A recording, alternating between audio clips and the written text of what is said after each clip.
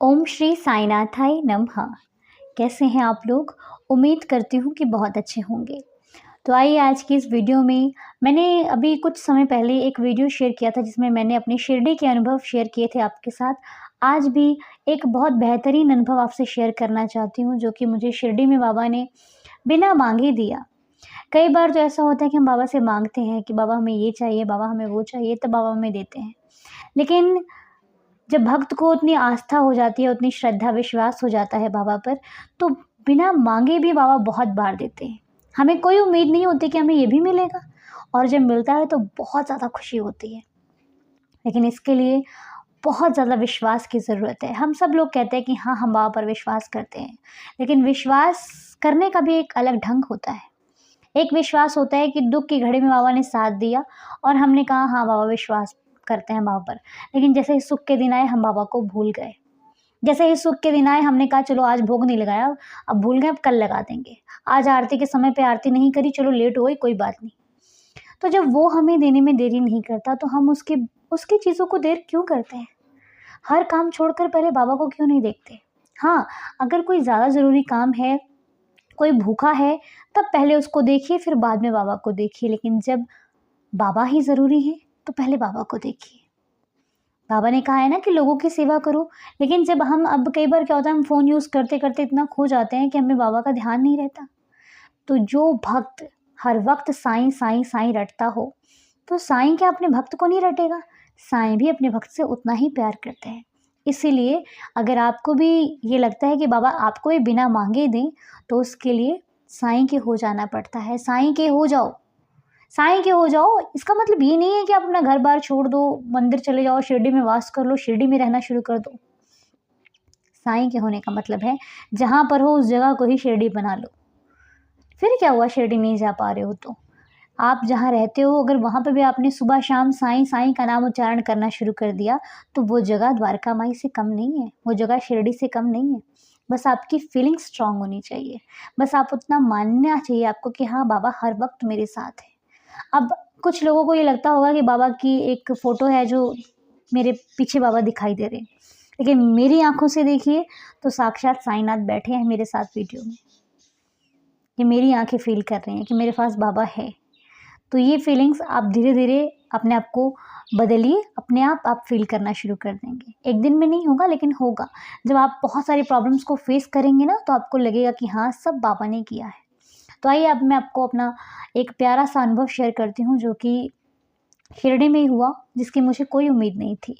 तो जैसा कि मैंने पहले आपको बताया कि मैं बाबा को टच करने गई तो समाधि को बंद कर दिया गया, उधर से समाधि पे शीशा लगा दिया गया और जब मैं पीछे गई तो बाबा ने मुझे नीम का पत्ता देकर अपने होने का एहसास दिलाया कि तू मेरे लिए ख़ास है। तो ये तो था मेरा एक्सपीरियंस। अभी थर्ड एक्सपीरियंस जो मेरे साथ शिरडी में हुआ क्योंकि मैं 3 दिन ही शिरडी में रही थी और तीसरे दिन तक बाबा ने मुझे रोज़ एक एक्सपीरियंस दिया, रोज़ एक अनुभव दिया। तो तीसरे दिन होता क्या है, तीसरा दिन मेरा निकलने का दिन था, मुझे शिरडी से वापस घर आना था। तो मम्मी से मैंने अपनी बोला कि मम्मा अब हम लोग को आज वापस होना है तो चलिए हम दर्शन कर लेते हैं क्योंकि रात को 8 बजे को हमको ऑटो से स्टेशन पर जाना था। तो कोपरगाँव से लगभग शिरडी का 1 घंटे का फिर रास्ता है तो हमने कहा कि 8 बजे निकलेंगे, 10 बजे की ट्रेन है तो आराम से पकड़ लेंगे। तो हम लोग 5 बजे बाबा के दर्शनों के लिए निकले। तो 5 साढ़े 5 से कुछ टाइम रहा होगा क्योंकि आरती का समय था बाबा की। तो हम लोग गए तो जब हम लोग लास्ट हॉल बचा बाबा का समाधि मंदिर का द्वार शुरू होने वाला था, मतलब बहुत करीब आ गए थे हम लोग समाधि मंदिर के बाबा के। उसी वक़्त क्या होता है कि मेरी मम्मा को बहुत से मतलब मम्मा को चक्कर आना शुरू हो जाता है, उनका ऐसा लगता है सब कुछ घूम रहा है। तो अब हम लोग उन्होंने पहले हमसे नहीं बताया, फर्स्ट हॉल क्रॉस कर लिया, सेकंड हॉल क्रॉस कर लिया, लास्ट थर्ड हॉल पे हम लोग आए। तो उनको ऐसा लगा कि चक्कर आने शुरू हो रहे हैं, मुझे नहीं आगे मैं नहीं जा पाऊँगी। तो उन्होंने मुझसे बोला कि मुझे ना चक्कर आ रहे हैं, मैं आगे नहीं जा पाऊँगी। जबकि वही मेरे मम्मा जब हम लोग दशहरे पे गए थे बाबा के, तो कहाँ से लाइन लगी थी और कहाँ से लाइन लगते-लगते हम लोग बाबा के दर्शन किए थे। और आज आज एक हॉल क्रॉस नहीं हो रहा मम्मा से। तो आगे जानिए क्यों ऐसा क्यों किया बाबा ने? तो वहाँ पे जब उनको चक्कर आने शुरू हुए तो उन्होंने मुझे बोला कि मैं आगे नहीं जा पाऊँगी, मुझे चक्कर आ रहे हैं, तुम लोग जाओ, तुम और पापा चले जाओ, मैं नहीं जाऊँगी। तो मैंने कहा नहीं ऐसे कैसे हो सकता है, हम लोग कैसे जाएँगे, आप अकेले यहाँ पे कहाँ रहोगे? तो मैंने वहाँ पे जो गार्ड भैया थे उनसे बोला, मैंने कहा भैया हमें बाहर जाना है, हम मम्मा को चक्कर आ रहा है, हम लोग नहीं जा पाएँगे आगे। तो उन्होंने बोला ठीक है आप चले जाओ। तो जब जिस रास्ते से मैं आई थी उसी रास्ते से मैं वापस जा रही थी। तो उन्होंने मुझे रोक लिया। वो कहते उस रास्ते से मत जाओ, दूसरे रास्ते से जाओ। तो जब उन्होंने दूसरा रास्ता खोला, तो मैं उस रास्ते से जब गई तो वो रास्ता बहुत अजीब-सा था। वो रास्ता मुझे कहाँ ले जा कर के कहाँ से कहाँ, कहाँ से कहाँ, मतलब मुझे लगा कि कहीं मुझे गलत रास्ते पर तो नहीं भेज दिया। लेकिन वो रास्ता तो समाधि मंदिर का ही था। तो उन्होंने मुझे पता नहीं कौन से रास्ते, और जो वो रास्ता जाके ख़त्म पता कहाँ पे हुआ? डायरेक्ट गुरु स्थान पर। वो रास्ता खुलता है जाकर गुरु स्थान पर। तो मैंने सोचा अरे! मैं तो बाबा के गुरु स्थान पर पहुँच गई। यहाँ तो मैंने सोचा ही नहीं था आने के लिए। तो जब मैं वहाँ पहुँची तो वहाँ पे बहुत सारे भक्त बैठे हुए थे, आरती कर रहे थे बाबा की। तो एक मन में दुःख हुआ कि आज हमने बाबा की आरती, बाबा के दर्शन नहीं मिले हमें। हमें घर जाना है और बाबा के दर्शन नहीं मिले।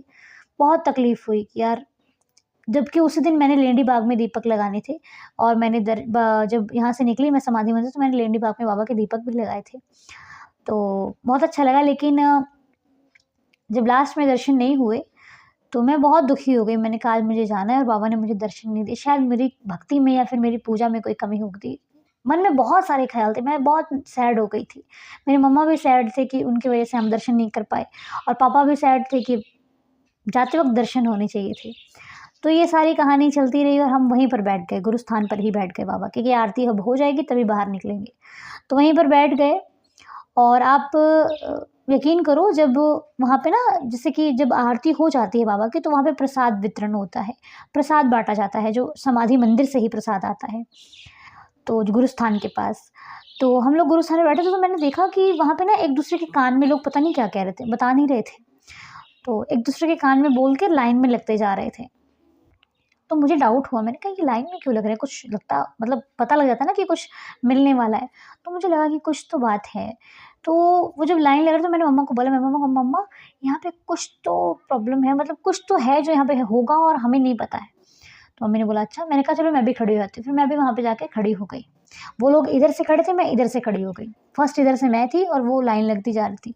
मुझे कुछ पता नहीं था। और उन लोगों ने क्या किया, जो वहाँ पे स्टूल रखा था उस स्टूल को थोड़ा-सा आगे कर लिया, अपने सामने कर लिया। तो डाउट तो पक्का होता रहा, कुछ तो बात है, कुछ हो रहा था मतलब। तो जैसे आरती हुई, आधी आरती संपूर्ण हुई, तो समाधि मंदिर से एक अंकल जी, एक हाथ में उन्होंने जो गड़वी होती है ना, लोटा लोटा बोलते, गड़वी बोलते, वो हाथ में लेकर के, हाथ में चम्मच था, वो लेकर के आ रहे थे। और जब वो आए तो मुझे तो पक्का, मैंने कहा बाबा का प्रसाद अंदर से आ रहा है। इतनी खुशी हुई कि मेरी खुशी का कोई ठिकाना ही नहीं था। मैंने मम्मा को बोला, मैं कहा मम्मी जल्दी उठ के आओ, मम्मी को भी चक्कर सबका सब भूल गए। वो फटाफट उठ के आए, मैंने कहा प्रसाद मिल रहा है बाबा का। तो वहाँ पे हम लोग खड़े रहे। तो अब देखो लीला, फिर बाबा ने एक लीला करी मेरे साथ कि मैंने जब हाथ बढ़ाया तो वो कहते तुम उल्टा लाइन में लगो, तुम्हें प्रसाद नहीं मिलेगा। मैंने मुझसे बोला तुम उल्टी लाइन में लगो, तुम्हें प्रसाद नहीं मिलेगा। अब मेरे और मतलब धड़कन तेज़ हो गई मेरे दिल की। मैंने कहा अरे! प्रसाद ही नहीं मिलेगा बाबा का। तो फिर मैंने कहा बाबा ऐसा मत करो, आज बहुत निराश करके मत भेजो मुझे शिरडी से। तो मैं खड़ी रही, मैंने ऐसे हाथ लेके खड़ी रही। तो फिर वो जब लाइन पूरी करते, मैं कहा कहीं अगर प्रसाद मेरे लिए बचेगा तो सही। तो वो लाइन बढ़ती जा रही थी। तो फिर वो अंकल को पता नहीं क्या हुआ, उन्होंने लाइन रोक के पहले आके मुझे प्रसाद दिया। लाइन रोक के फिर मुझे प्रसाद दिया। फिर मैंने प्रसाद लिया, खीर का प्रसाद था। फिर मुझे भी दिया, मेरी मम्मा को भी दिया, मेरे पापा को भी दिया। और हम लोग प्रसाद पाकर, आप लोग खुद सोचो कितनी खुशी रही होगी दिल में, मतलब खुशी का कोई ठिकाना नहीं था। इतनी ज़्यादा खुशी हो गई कि बाबा ने हमारी सुनी और बाबा ने हमें इतने प्यारे दर्शन दिए।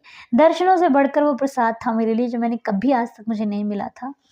और आज मैंने शिरडी का वो प्रसाद लिया, तो इससे बड़ी खुशी मेरे लिए और क्या हो सकती है। बाबा ने वहाँ दर्शन नहीं दिए, वहाँ से बाबा ने हटाया और यहाँ लाकर खड़ा कर दिया गुरुस्थान के सामने। और बाबा के जो मुख दर्शन है वो मुझे हुए। और जो जब गुरुस्थान से इधर आओ तो जब बाहर निकलो 4 नंबर गेट से, सॉरी 2 नंबर गेट से, तो 2 नंबर गेट से जाते-जाते बाबा का ना साइड से दर्शन होता है फेस का। वो दर्शन मैंने किया, मैंने कहा बाबा थैंक यू सो मच, आपने जो भी किया बहुत अच्छा किया और आपकी बदौलत ही आज मुझे प्रसाद मिला। मैं बहुत खुश होके जा रही हूँ और फिर मुझे जल्दी बुलाना। तो ये थी मेरी शिरडी में जो बाबा ने मेरे साथ लीला करी। और बाबा हमेशा ऐसी ही लीला मेरे साथ करते रहते हैं। आपको क्या बताऊँ, डेली का एक एक्सपीरियंस बाबा मुझे देते हैं। डेली कुछ ना कुछ होता है जिससे मुझे पता लगता है कि बाबा मेरे आस-पास हैं। और आज भी बाबा मेरे आसपास हैं। और इसी तरह मैं क्या बाबा को कहूँगी, जैसे मुझे इतने अनुभव देते हो, मुझे दर्शन दिया आपने, ऐसे ही हर उस भक्त को दर्शन दो जो आपकी निष्ठा से सच्ची भक्ति करता हो। आप लोगों की विश जरूर पूरी होगी। मन में विश्वास, श्रद्धा रखिए, घबराना नहीं है, हर चीज़ होगी। घबराहट से कुछ नहीं होता, लेकिन धीरज रखने से बहुत कुछ होता है। तो संयम रखिए, धीरज रखिए, श्रद्धा रखिए, सबूरी रखिए, बाबा ज़रूर आएंगे। इसी के साथ वीडियो अच्छा लगा हो तो मुझे ज़रूर बताइएगा। फिर मिलते हैं नेक्स्ट वीडियो में, तब तक के लिए जय साईं राम।